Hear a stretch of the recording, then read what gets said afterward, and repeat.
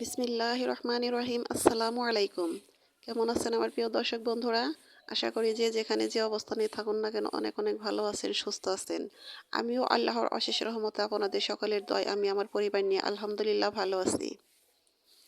কাছে কিংবা দূরে, দেশ ও দেশের বাহির থেকে যে যেখান থেকে এই মুহূর্তে আমার এই ভিডিওটা দেখতেছেন, আমার এই ভিডিওটার সাথে যুক্ত আছেন, তাদের সবার প্রতি রইল আমার মন থেকে অনেক অনেক দোয়া এবং আন্তরিক ভালোবাসা।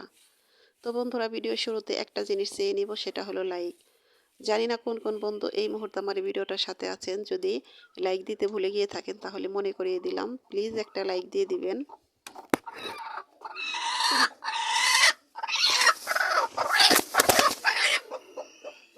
তো বন্ধুরা, এই ভিডিওটা করা ছিল আমার দ্বিতীয় রোজার দিন। তো ভেবেছিলাম যে রোজার মধ্যে হয়তো অনেক সময় ভিডিও নাও করতে পারি, যদি না করতে পারি তাহলে আমি এই ভিডিওটা তখন কাজে লাগাবো। তো সেই ভিডিওটাই আজকে আমি আপলোড দিতেছি। কারণ আমি কালকে যে ভিডিওটা করেছিলাম সেই ভিডিওটা আমি কিছুতেই সেভ দিতে পারতাছি না, শুধু স্টোরেজ ফুল। তো জানি না এই ফোনের কারণে আমার ভিডিও করা বন্ধ হয়ে যায় কি না। এই ফোন আমার অনেক ডিস্টার্ব করতেছে, না পারতেছি এই কাজ থেকে নিজেকে সরিয়ে আনতে, না পারতেছি একটা ফোন সংগ্রহ করতে। তো জানি না কি হবে, পারবো কি না এই ফোন দিয়ে কতদূর কিভাবে কাজ করতে পারবো। তো এখন তো এই মুহূর্তে আমার ফোন কেনাও সম্ভব না। তো মনটা যাই হোক অনেক খারাপ আমার। সকাল থেকে অনেক চেষ্টা করতেছি কালকে যে ভিডিওটা করেছি সেটা আপলোড দেওয়ার জন্য, কিন্তু পারতেছি না, সেভই করতে পারতেছি না, শুধু স্টোরেজ ফুল। তো যাই হোক, ফোনে যা যা কিছু ডিলিট দেওয়া সেগুলো ডিলিট দিয়ে তারপরে যে এই ভিডিওটা করা ছিল এটাকে ভয়েস দিতেছি, ভয়েস দিয়ে এখন আমি এটাকে ছেড়ে দেব। আর কালকে যে ভিডিওটা করেছি সেটার মধ্যে আর গেলামই না, সেটা ওভাবেই রয়ে গেছে।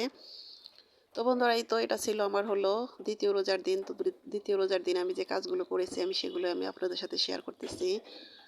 তো এই তো আমার কাছে যে মরিচগুলো আছে, মরিচের এখন তো কদরটা তেমন করি না, কারণ এখন তো মরিচ অনেক সস্তা, গাছের মরিচ পেকে একবারে লাল হয়ে যাইতেছে। তো হাট বাজারে থেকে যদি মরিচ আনতে মানাও করি, নাও বলে দিই, তারপরও মরিচ নিয়ে আসে, সে কারণে এই গাছের মরিচগুলো আর এখন সেরকম খাওয়া হইতেছে না। তো ভাবলাম যে মরিচগুলো তুলে এখন রোদে শুকিয়ে রাখবো, কারণ এই মরিচগুলো কিন্তু অনেক ঝাল। তো শুকনো মরিচের গুঁড়া করে পরে এটাকে ভাঙিয়ে তরকারিতে খাওয়া যাবে, তো সে কারণে আমি মরিচগুলো তুলে রোদে শুকাতে দিলাম। আর দ্বিতীয় রমজানে কিন্তু ইফতারের পর ইফতারি করে তারপরে সন্ধ্যার পর সবজি নুডলস রান্না করে খেয়েছি। তো তানভীর বলছিল যে আম্মু আজকে ভাত রান্না করো না, সবজি দিয়ে নুডলস রান্না করো। তো সবজি দিয়ে বেশি করে নুডলস রান্না করেছিলাম। সবজি দিয়ে নুডলস রান্না খেতে কিন্তু অনেক মজা লাগে, এটা খাওয়া স্বাস্থ্যের জন্য অনেক উপকারী। তো নুডলস কিন্তু ম্যাগি নুডলস, সেটাই আমার কাছে বেশি মজা লাগে। তো এটা হলো কোকোলা নুডলস, এটাই রান্না করব। এটাও খেতে মন্দ না। তো যেহেতু সবজি দিয়ে রান্না করব, সবজি দিয়ে নুডলস রান্না খেতে ভালোই লাগে। তো দ্বিতীয় রমজানও কিন্তু অনেক ব্যস্ত ছিলাম, অনেক ব্যস্ততার মধ্য দিয়ে দিন গেছে। তো সেই ব্যস্ততম কিছু কাজ আমি আজকের ভিডিওতে আপনাদের সাথে শেয়ার করব। তো জানি না কোন কোন বন্ধু এখন আমার এই ভিডিওটার সাথে আছেন, আমার এই ভিডিওটা দেখতেছেন।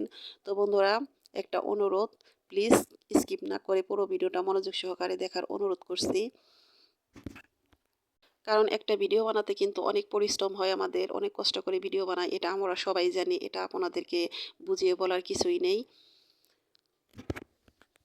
তো জানি না কে কীভাবে নুডলস রান্না করেন। তো আমি তো এই যে নুডলসটা আগে সিদ্ধ করে নিলাম, তারপরে সবজিটা আগে ভালো করে তেলে ভেজে নিয়েছি। এখন আমি এই যে 2টা ডিম দিয়ে দিলাম, ডিম দিয়ে ভালো করে সবজিটা ভাজবো, তারপরে এর মধ্যে নুডলস দিয়ে রান্না করব। তো নুডলস রান্না করা কিন্তু অনেক সহজ কাজ, এটা আমরা সবাই পারি, সবাই জানি। তো এক একজনের রান্নার এক এক স্টাইলে আমরা রান্না করি। তো আমি এভাবেই রান্না করি। তো এভাবে নুডলস রান্না করে কিন্তু আমার খাইতে বেশ ভালোই লাগে। তো এই তো এখন নুডলসটা রান্না প্রায় শেষের দিকে। এখন এর মধ্যে দিয়ে দিব টমেটো কুচি আর হলো ধনিয়া পাতা, এগুলো দিয়ে এখন আমি নুডলসটা নামিয়ে ফেলবো। তো শুধু নুডলস রান্না না, এর মধ্যে কিন্তু আরও কিছু রান্না শেয়ার করব, সেটা হলো পায়েস রান্না করব। তো আপনাদের ভাই কিন্তু রমজানের আগে যে বাড়িতে ছিল তখন কিন্তু 5 কেজির মতো দুধ এনে দিয়ে গেছিল। তো এই দুধগুলো যদি ফ্রিজে রেখে খাওয়া হয় তাহলে আমার খেতে ভালো লাগে না। আর রমজান মাসে জানি না কেন দুধ খেতে আমার বেশি ভালো লাগে না, দুধটা কেমন যেন একটু গন্ধ গন্ধ আসে। এটা আমার ক্ষেত্রেও হয়, আমার তানভীরও এটা খেতে পারে না। তো ভাবলাম যে এই দুধ দিয়ে একটু পায়েস রান্না করব। তো এই তো আমার নুডলস রান্না কমপ্লিট, দেখুন কত সুন্দর হয়েছে। তো দেখতে যেমন সুন্দর হয়েছে, খাইতেও বেশ মজা হয়েছিল। তো এখন আমি এই তো দুধ দিয়ে পায়েসটা রান্না করব। তো পায়েস রান্নার ক্ষেত্রে কিন্তু আগে দুধটা জাল দিয়ে রাখতে হয়। আমি সবসময় দুধ আগে জাল দিয়ে চুলার উপরে রাখি, দুধটা ভালো করে সিদ্ধ হবে। তারপরে সেমাই বলেন, নুডলস পায়েস বলেন, সেগুলো আমি রান্না করি। তো সরাসরি কিন্তু দুধ জাল দিয়ে তার মধ্যে আমি পায়েস রান্না করি না, সেমাইও রান্না করি না, তা তো আমার ভালো লাগে না। তো দুধটা কিন্তু আমি আগে জাল দিয়ে রেখেছিলাম। সকালে যে ইফতারি রেডি করেছিলাম, তো ইফতারি রেডি করে তারপরে সেই চুলাইতে আমি এই দুধটা জাল দিয়ে বসিয়ে রেখেছিলাম। দুধটা কিন্তু সুন্দর জাল হয়েছিল, একদম লাল হয়েছিল। তারপরে রাতের বেলায় পায়েস রান্না করেছিলাম। তো এই পায়েসটা কিন্তু কয়েকদিন খাওয়া হয়েছে, নরমালি রেখে দিয়েছিলাম। তো রোজার মধ্যে কিন্তু একঘেয়েমি খাবার খেতে ভালো লাগে না, মিষ্টি জাতীয় খাবার খেতেও বেশ ভালো লাগে। তো আর এই যে আমার যে কিছু বাজার ছিল রোজার, সেগুলো আমার গোছানো হয়েছিল না, এগুলো পলির মধ্যেই ছিল, তো সেগুলো আজকে একটু গুছিয়ে নিলাম।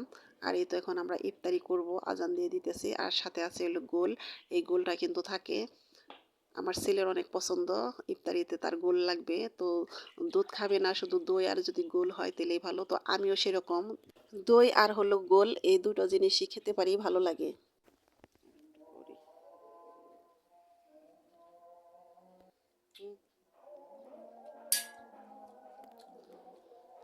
তো এই তো আমাদের দ্বিতীয় রোজার ইফতারি করে ফেললাম।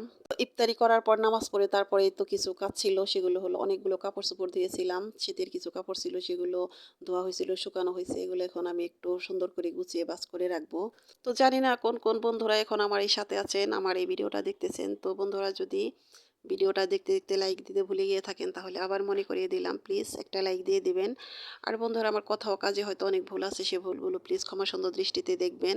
তো এই তো আমার কাপড় চোপড় গোছানো শেষ, সব কিছু রেডি করে ফেললাম। তো কিছু কিছু কাজ আছে, এগুলো যদি রাতের বেলাতে করি তাহলে মন স্থির করে সুন্দরভাবে করা যায়। তো অনেক মনোযোগ সহকারে আমি কাপড় চোপড়গুলো সুন্দর করে গুছিয়ে নিলাম, আমার খুব ভালো লাগলো। তো বন্ধুরা আমার আজকের ভিডিওটা কেমন লাগলো অবশ্যই আমাকে কমেন্ট করে জানাবেন। আপনাদের কমেন্ট পড়তে কিন্তু আমার খুবই ভালো লাগে, আমার সেগুলার রিপ্লাই দিতেও ভালো লাগে। তো কোনো প্রস্তুতি ছাড়াই আমি এই ভিডিওতে ভয়েসটা দিলাম, আমার মনটা বেশি ভালো লাগতেছে না, কারণ এক কাজ বারবার করতে কিন্তু কারোই ভালো লাগে না। তো কন্টিনিউ থাকার জন্য ভিডিওটা আজকে আপলোড করলাম। তো আজকের মতো এখানেই বিদায় নিলাম। আল্লাহ হাফেজ, আসসালামু আলাইকুম।